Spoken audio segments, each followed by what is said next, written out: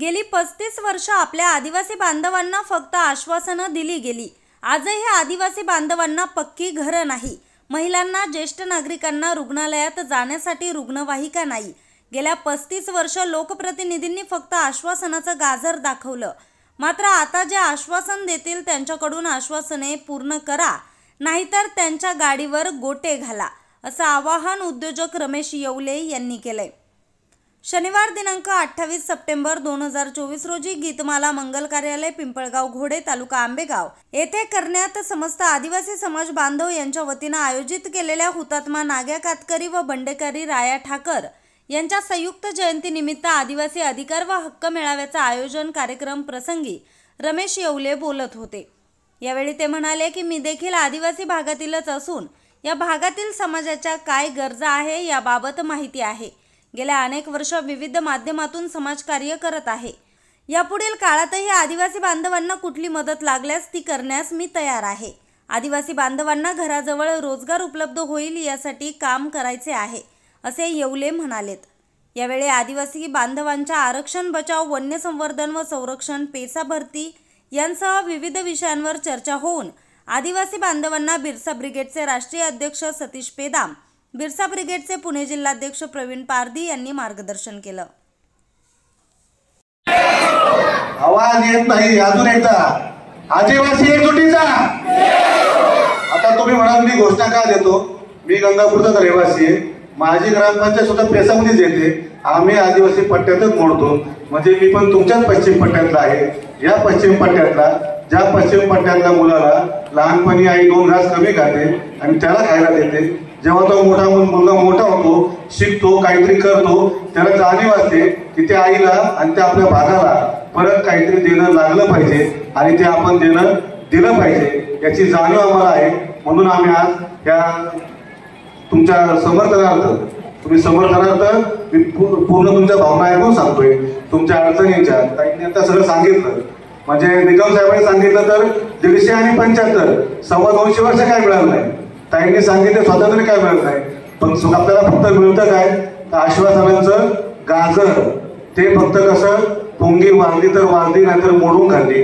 तुम्हाला आश्वासनाशिवाय तुम्हाला काय, आम्हाला काय, आश्वासनाशिवाय आपल्या या तालुक्याला आजपर्यंत काहीच मिळालं नाही। काल मी आपल्या आवपेट, तिरपाड या सगळ्या ठिकाणी फिरलो, 100-150 वस्तीचे घर आहेत, त्यांना आज छत नाही, त्यांच्या छतावर कागद टाकले। आपण इतक्या वर्ष 75 वर्ष आलो, हजारो शेकडो कोटी आले, 35 वर्ष काय झाले कोणी विचारत नाही, त्यामुळे तुम्हाला तुमचा हक्क मिळत नाही। आपल्यावरती 35 किलोमीटर सारी तुम्हाला ॲम्ब्युलन्सची सोय नाही, ॲम्ब्युलन्सची सोय नाही। सर्व बघितल्यानंतर वाटतं आपण काय करायला पाहिजे। त्यानंतर तुमचे जे पारधी साहेब, त्यांना आम्ही सांगितलं आम्ही काहीतरी करू इच्छितो आणि तुमच्या तिरपाडला आमच्या साहेबांच्या शरदचंद्रजी पवार साहेबांच्या वर्षानिमित्त 12 डिसेंबरला आम्ही एक नवी कोरी ॲम्ब्युलन्स देण्याचं जाहीर पण केलं। कंपनीला पैसेही काढून पाठवले, ॲम्ब्युलन्स तुमच्याकडे लवकर येतील, फक्त लोकार्पण आम्ही 12 डिसेंबरला करू। अगोदर केलं ही तुम्हाला दिलेली कोणी पण मतांसाठी काहीतरी ट्रेड केला यांनी, म्हणून मी आता देत नाही। 12 डिसेंबरला प्रवीण भाऊंच्या उपस्थित आम्ही त्यांच्या हातात नक्की सुपूर्द करू। आता तुम्ही म्हणाल की हा माणूस नवीन दिसतोय, याचं नाव काय, याचं गाव काय।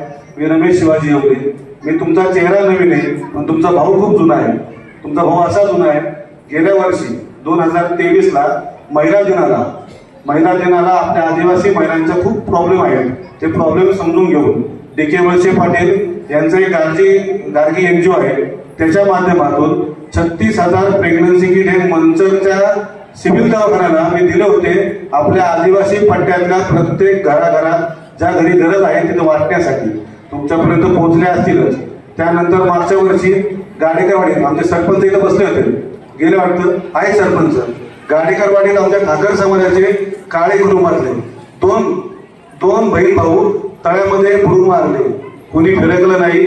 तुमच्या ह्याच भावाने त्यांना तात्काळ दुसऱ्या दिवशी जाऊन 50,000 रुपयाची रोख आर्थिक मदत केली।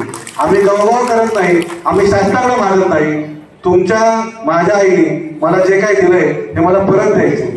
याच वर्षी फेब्रुवारीमध्ये कारखाने तळ्यामध्ये आपल्या आदिवासी महिलांची 4 मुलं एकाच दिवशी पोताना बुडून मारली।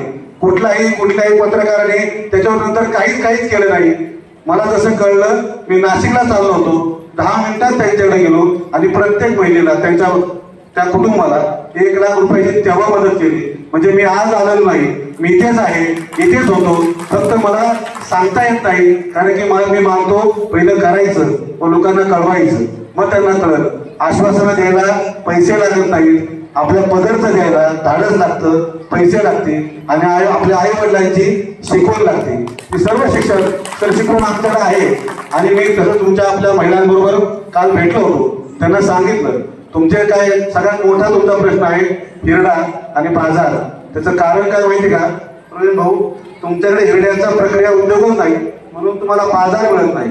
आणि मी त्यांना काल वचन दिलंय, मला तिकीट मिळेल नाही मिळेल, आमदार होईल नाही होईल शंका नाही, पण तुमच्या या प्रयत्नासाठी सरकारकडून जरी नाही झालं तर प्रायव्हेट तत्वावरती तुमच्या सहकाराने तुमच्या भगिनींच्या मार्फत तुम्ही एक पूर्ण 21 महिलांची 51 महिन्याची यादी करा, कंपनी स्थापन करा, त्याला लागणार भांडवल मी तुम्हाला देईन. फक्त मी एवढा मोठा नाही की ते असंच देईन, मला व्याज देऊ नका, तुम्ही पैसे कमवा, 5 वर्षात मला द्या, तुम्ही सदर व्हा. तुमच्या हाताला काम तुमच्या घराजवळ भेटलं पाहिजे. ते सोडायला तुम्हाला घोडेगावायची गरज नाही, तुम्हाला सुविधा केंद्रात घोडेगावायची गरज नाही. जर मला शक्य झालं आणि जर मला संधी मिळाली तर प्रत्येक 15 किलोमीटरच्या परिसरात सुविधा केंद्र आपल्या घरी, ते पण 7 दिवसात एकदा तुमच्या घरी आणि तुमचं काम करत. लोक मंदिर होईल का? दिल्ली सरकारमध्ये झालं, लोकांच्या घरी लोक जातात, आधार कार्ड काढतात, तुमच्याकडे का होणार नाही? सगळं होतं. करायची जिद्द पाहिजे, द्यायची दानत पाहिजे. दानत खूप आहे आणि जिद्द अजून तुम्ही बघितली नाही. संधी द्या. तुमच्या अगोदर तुमचा भाऊ रस्त्यावर प्रत्यक्षावर राहणार नाही. तुमच्या प्रत्येक अडचणीला, तुमच्या प्रत्येक संकटाला पहिलं व्हा, मी सामोरं जाईल. फक्त तुमच्या प्रवीण भाऊची आणि तुमच्या सगळ्यांची एक बहीण म्हणून, एक भाऊ म्हणून साथ पाहिजे. तुम्ही फक्त हात मागा, हा हात कायम तयार आहे. जेवढी माझी ताकद आहे देत राहणार. आणि या परमेश्वरांनी हे आपले जे काय आहेत, ज्यांच्या आपण याच्यामध्ये सर्व हुतात्मा नाग्या कातकरी व बंडगिरी राया ठाकूर संयुक्त जयंतीने आपण जमले आहोत, यांनी आपल्यासाठी जीवदान दिले म्हणून आपण इथं आज बसलो आहोत आणि हा सर्व संघर्ष लढा चालू आहे.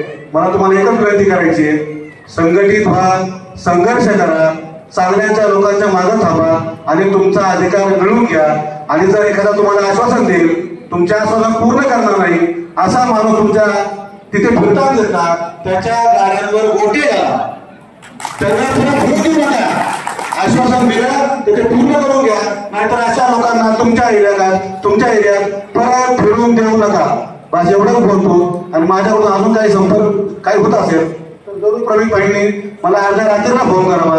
मी तुमचाच आहे, तुमच्याच एरियातला आहे, तुमच्या हक्काचा आहे, कधी तयार आहे.